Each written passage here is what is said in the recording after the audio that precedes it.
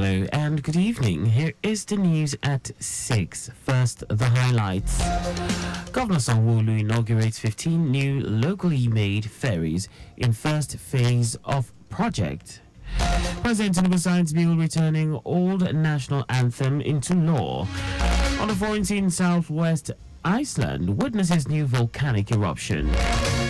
Authorities of Iceland's Blue Lagoon evacuated as volcano erupts, and in sports, Saudi Arabia confirms rematch between boxing champion Alexander Usyk, Tyson Fury in Riyadh.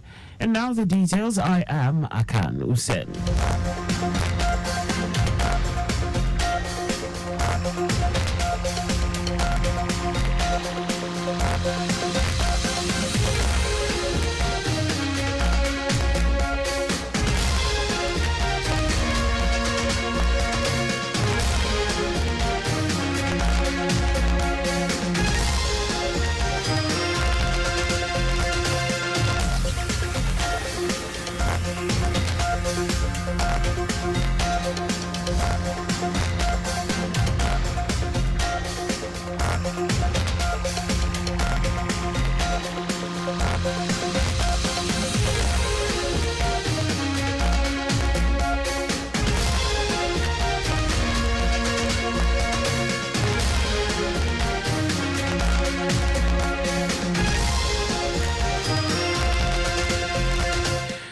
Into his second term in office, Governor Babajide Sanwo-Olu has inaugurated 15 new locally made ferries called Omnibus in the first phase of the project.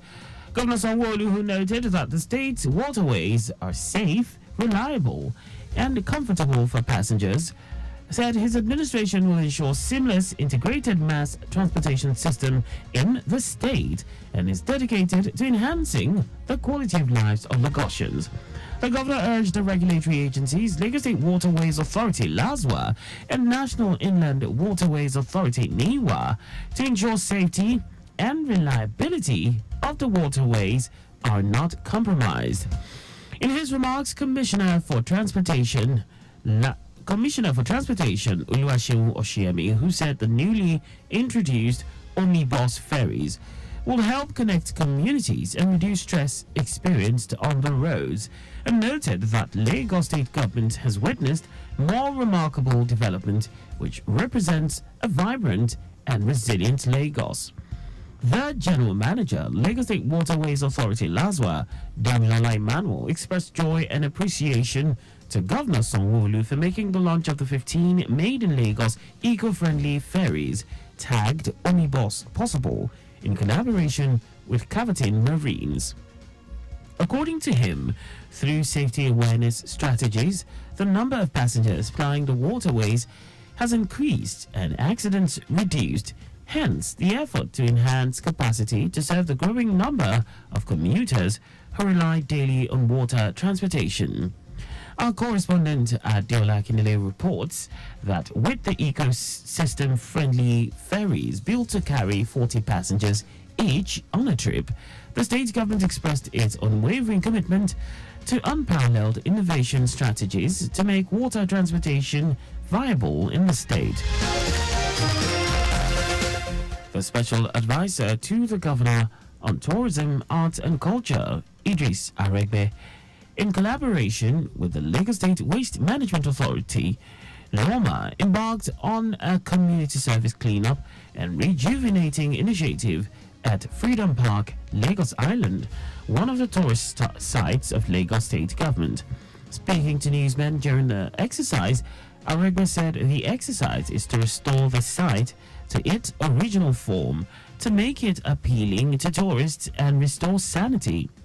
He explained that the objective of the community initiative to clean up the park is aimed at achieving a cleaner and breathable environment for tourism to thrive in line with the Themes Plus agenda of Governor Babajide Sanwo-Olu's administration. Aregbe stated that the ministry is doing the cleanup exercise in collaboration with LOMA, adding that the initiative will be extended to other tourist assets and communities across the state. Lagos State government has assured parents of pupils seeking admission into the 16 model colleges and upgraded junior secondary schools in the year 2024-2025 academic session that the results of the tests conducted by the Lagos State Examinations Board at the 5 designated CBT designated centers will reflect the true performance of the candidates. Commissioner for Basic and Secondary Education in the state, Tolani Ali Balogun, gave the assurance during the flag-off ceremony for the CBT entrance examination for pupils seeking admission into the model colleges and upgraded junior secondary schools across the state. Ali Balogun stated that the examination was conducted through CBT to eradicate all forms of abuse and malpractices usually associated with such examinations in the past. He pointed out that the results of the examination will be generated immediately, adding that there will be no room for manipulation or alteration of the results of candidates. And now to the rest of the stories. President Bola Tinubu has signed the National Anthem Bill 2024 into law. This was announced by the Senate President Godswill Akpabio during a joint plenary attended by President Tinubu. The bill seeks to reinstate the old anthem, Nigeria We Hail Thee. A final assent to the passage of the bill will bring about a shift from the now recognized Arise, O Compatriots.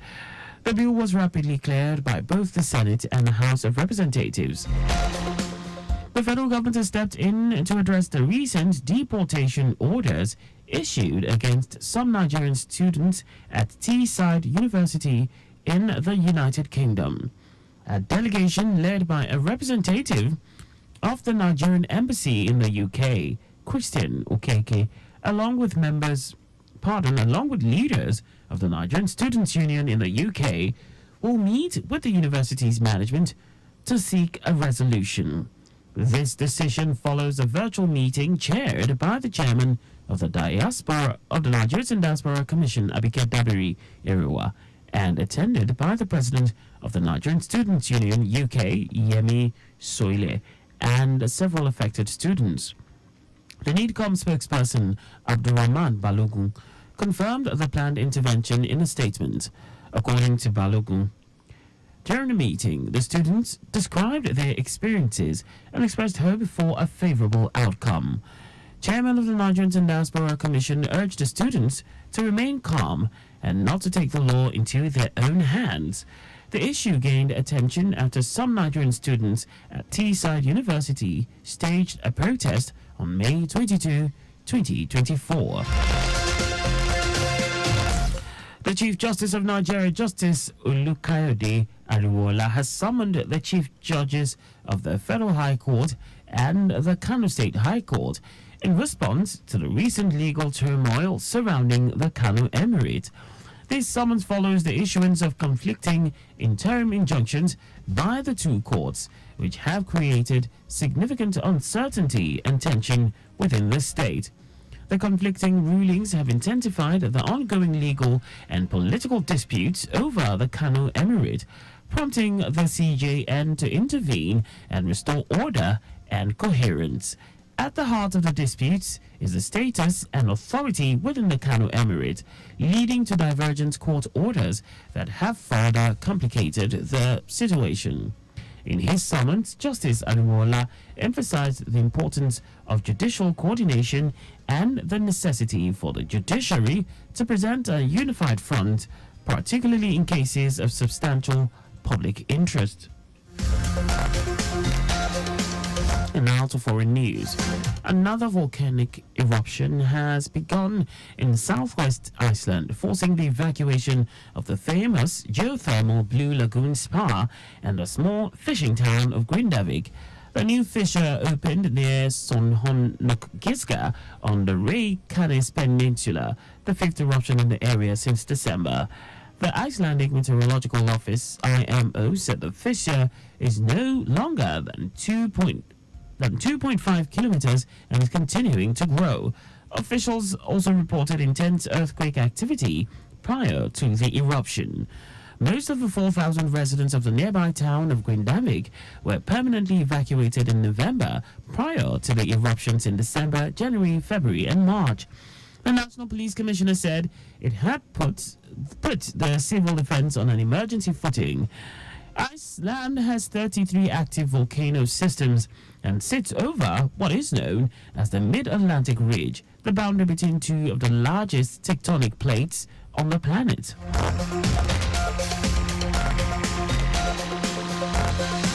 And now sports. The chairman of Saudi Arabia's General Entertainment Authority, Turkey Al-Sheikh, has confirmed a rematch between undisputed heavyweight champion Alexander Usyk and Tyson Fury, slated for the 21st of December in Riyadh. It will be recalled that the last time both fighters met, Usyk defeated Fury by split decision to become the first undisputed champion of the four-belt era on 18th May. Al-Sheikh, via his official X handle, stated that no venue has been picked for the rematch. The contest will give Britain Fury, 35, the opportunity to gain revenge after tasting defeat for the first time in his 16-year professional career against Usyk. Just before we go, always drive within the specified speed limit. You can follow and like all our various social media platforms on X, Traffic Radio 961, Instagram, Lagos Traffic Radio 961. Subscribe and watch our news and programs live on YouTube on our channel, Traffic Radio 961. You can also visit our website on www.trafficradio961.ng. Did you know that the Sanwo-Olu administration trained 250 residents in an entrepreneurship mentorship program? You can get more details on Lagos State Government's website. To end the news, here are the highlights of the major stories. 1 year into his second term in office, Governor Babajide Sanwo-Olu has inaugurated 15 new locally made ferries called Omnibus in the first phase of the project. President Bola Tinubu has signed the National Anthem Bill 2024 into law. We also told you that another volcanic eruption has begun in southwest Iceland, forcing the evacuation of the famous geothermal Blue Lagoon Spa and the small fishing town of Grindavik. And in sports, the chairman of Saudi Arabia's General Entertainment Authority, Turkey Al-Sheikh, has confirmed a rematch between undisputed heavyweight champion Alexander Usyk and Tyson Fury, slated for December 21 in Riyadh. For contact with the newsroom, please send a message to info@trafficradio961.ng. And that ends the news broadcast compiled by Kayode Mafolashiri. I am Akan Usen. Thanks for listening and please stay safe. Good evening.